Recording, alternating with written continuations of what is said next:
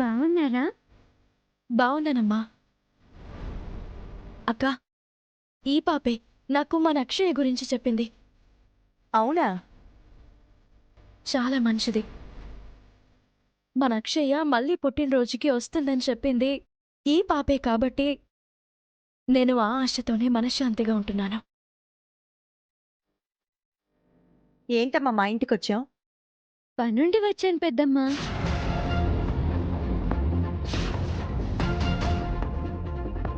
పెద్దమ్మా,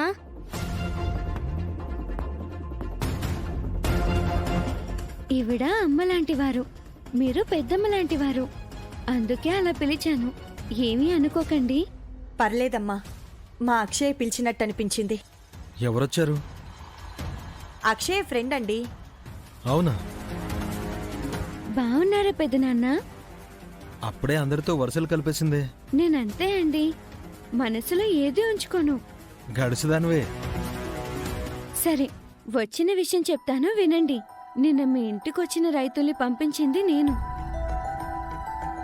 అంటే వేదవతి గారింటికి ఎవరో పిల్లొచ్చిందని తెలిసిందే. అది నువ్వేనా?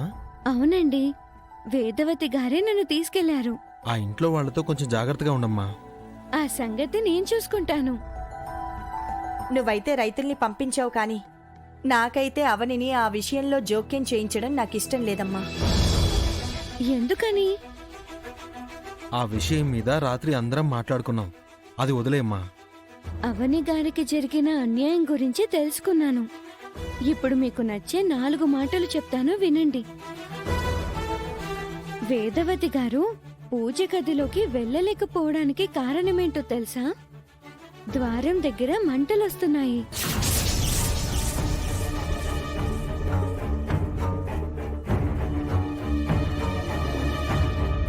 మీరు తప్ప ఇంకెవరూ గదిలోకి వెళ్ళలేరని తెలిసింది. అది మీకు అమ్మవారిచ్చిన అద్భుతమైన అవకాశం అనుకోండి.